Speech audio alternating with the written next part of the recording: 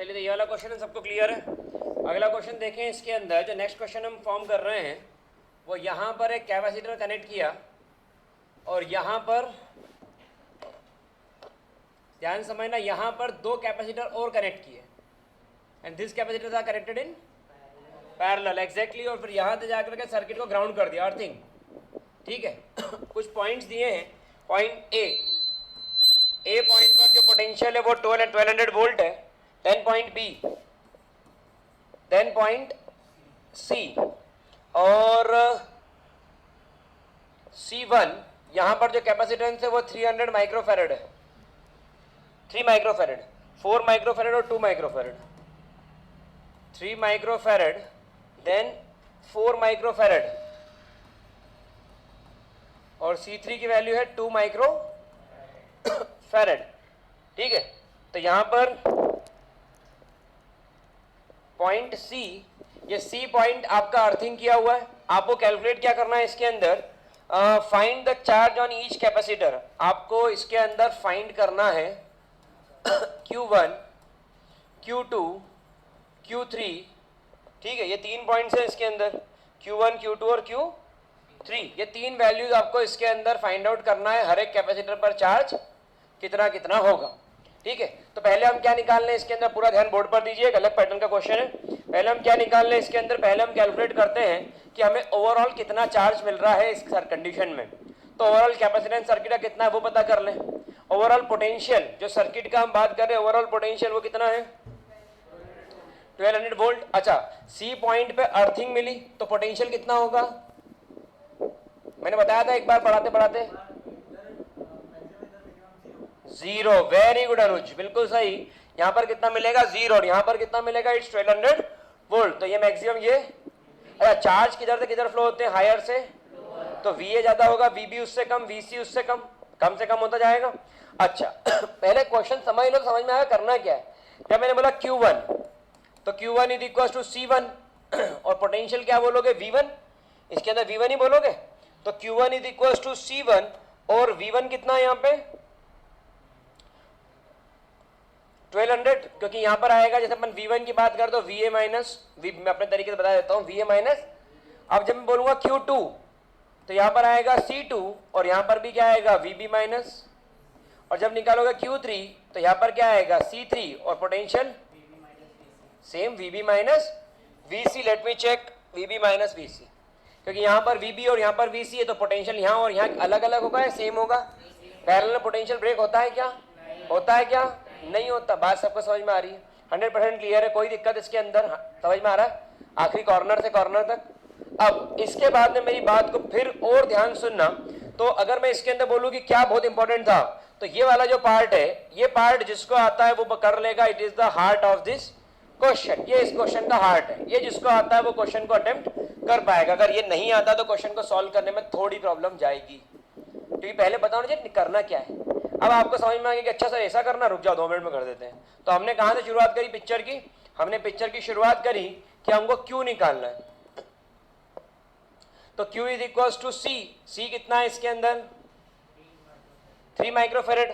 Overall capacitance चाहिए, लेकिन overall capacitance चाहिए, Q चाहिए, Q1 नहीं चाहिए, Q चाहिए। तो Q चाहिए तो ओवरऑल कैपेसिटेंस चाहिए।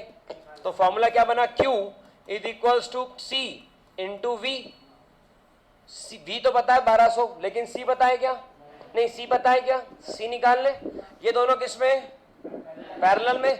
तो यहां पर अगर मैं बोलूं C डैश तो ये हो गया 4 इंटू 2/4, सॉरी पैरेलल में ऐड हो जाएगा ना, 4 + 2 तो कितना आ जाएगा C डैश, यूनिट क्या आ गई, तो C डैश की वैल्यू आ गई 6 माइक्रोफेरेड, पक्का। अब ये C1 और C डैश, ये इसका इफेक्ट है C डैश, C1 और C डैश ये दोनों किस में आ गए, किस में आ गए, सीरीज में आ गए। तो इसके अंदर सीरीज का फॉर्मूला लगेगा। फॉर्मूला क्या बनेगा, ओवरऑल C का C इंटू C डैश या C1 ना, और अपॉन में C1 प्लस, एग्री करते हो, C कितना है अभी निकाला था अपन ने, ये रहा 6, और वो कितना है 6 इंटू 3/6 + 3 कितना आ गया C, झूठ तो नहीं बोल रहा हूं। अब यहां पर अगर Q निकालने गए तो C कितना है 2 माइक्रोफेरेड, 2 इंटू 10⁻⁻⁶ ये आएगा 2 इंटू 10⁻⁶। और पोटेंशियल कितना है तो ये कितना हो गया 24, 10 की पावर 2, 10 की पावर, या फिर इनको 24 ही चलने दो, 2400 और इंटू 10 की पावर माइनस, तो क्यू क्या आ गया 2400 माइक्रोकुलम। माइक्रोकुलम में डिवाइड कर दो इसको, 2400 माइक्रोकुलम इसके अंदर बन सकता है, या फिर 2.4 10 की पावर -3 कुलम के फॉर्म में भी जा रहा है ये। ठीक है, आगे देखेंगे इसको। अगर इसको उस फॉर्म में लिखना है कि मान लो ऐसा नहीं लिखना, तो यह आ गया 2.4 10 की पावर -3, ये भी लिख सकते हो, आपके ऊपर है। सबको समझ में आ रही है मेरी बात? यहाँ तक का क्या सबको क्लियर है? पक्का 100%? आगे बढ़ जाऊँ। अब Q1 निकालना है, तो Q is equal to CV, सही। तो जितना चार्ज, मुझे बताओ, जितना चार्ज मैंने पाइप में यहां से बहाया, क्या उतना का उतना चार्ज यहां से ही भेजाएगा? तो क्या मैं बोल सकता हूं कि Q1 और Q अलग अलग होंगे ही नहीं? और ये कितना होगा 2.4 इंटू 10 की पावर -3, अलग अलग थोड़ी होंगे। जितना पानी बहा ए पॉइंट से, उतना का उतना पानी कैपेसिटर फर्स्ट से भी निकलेगा, पानी मतलब चार्ज। तो देखे जरा, मैं सही बोल रहा हूँ क्या? 2.4 10 की पावर -3 कूलम्स, सही है? आपको समझ में आया यहाँ तक? अपने आप में देखो, एक अलग क्वेश्चन चल रहा है, पैटर्न बदलते जा रहे हैं हम क्वेश्चंस के, ताकि सीखने को मिल सके। बाकी प्रैक्टिस शीट में क्वेश्चंस है वहाँ कैपेसिटर क्वेश्चन उठा सकते हो। अब आते हैं इसके अंदर Q2 पे। मेरे भाई ध्यान देना, Q2 पे आ रहे हैं। अब Q2 क्या होता है? सही। C2 बोलो, VB बोलो, नहीं पता, और VC 0, तो यहां पर आ गया VB -0। अब VB मुझे पता नहीं है, तो मेरा हाथ वापस जाकर के यहां पर रुक जाएगा। चेक करें जरा, VB हमको नहीं पता। क्या हम यहां से देखें इस फॉर्मूले को उठा के, तो अपन बोल सकते हैं क्या कि VA - VB is equals to Q, जो कि 2.4 इंटू और अपॉन C1, बोल सकते हैं। फॉर्मूला है ना VA - VB Q/C1, तो VA - VB निकलेगा वो, that is the potential drop. सही है? क्वेश्चन देख रहे हो कैसा घूम रहा है? क्वेश्चन में तुम भी घूम गए, मैंने बोला ये कर लो, अपन ने बोला कर लेते, जाकर अटक गए, खुद ही अटक गए अपन। तो जहां अटके वहां से निकलना आना चाहिए हमको। अब इसको सॉल्व करें तो ये कितना आया डेसिमल का 8, तो ये आ गया 0.8 इंटू 10 की पावर, क्या मैं बोल दूं इसको 800 वोल्ट बोल दूं। VA कितना है -VB इक्वल टू, तो VB कितना है 400, this is the value of VB, that is 400 volt. 400 volt इसमें VB की वैल्यू आ गई। झूठ तो नहीं बोल रहा हूँ? पक्का सबको क्लियर है? तो यहाँ पर पोटेंशियल ड्रॉप नहीं पता था, तो होनहार छात्रों ने निकाल दिया, और कितना 400। अब आ जाओ क्वेश्चन पे वापस। ठीक है, फिर आ गए क्वेश्चन पे, रिवर्स गियर लगा के यहाँ पर आ गए, तो ये वैल्यू कितनी हो गई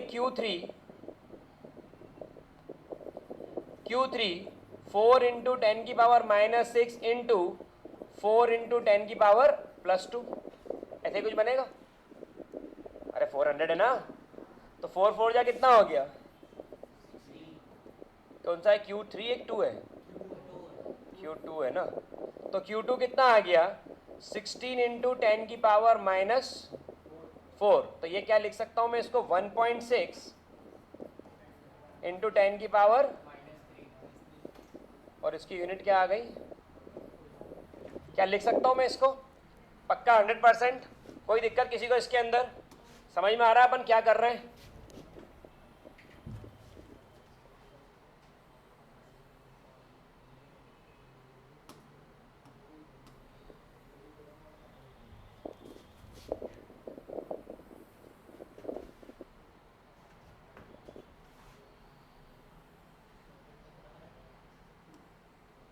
ठीक है, थोड़ी सी उधर की कोने की सेटिंग बिगड़ी, बाकी समझ में आ गया होगा।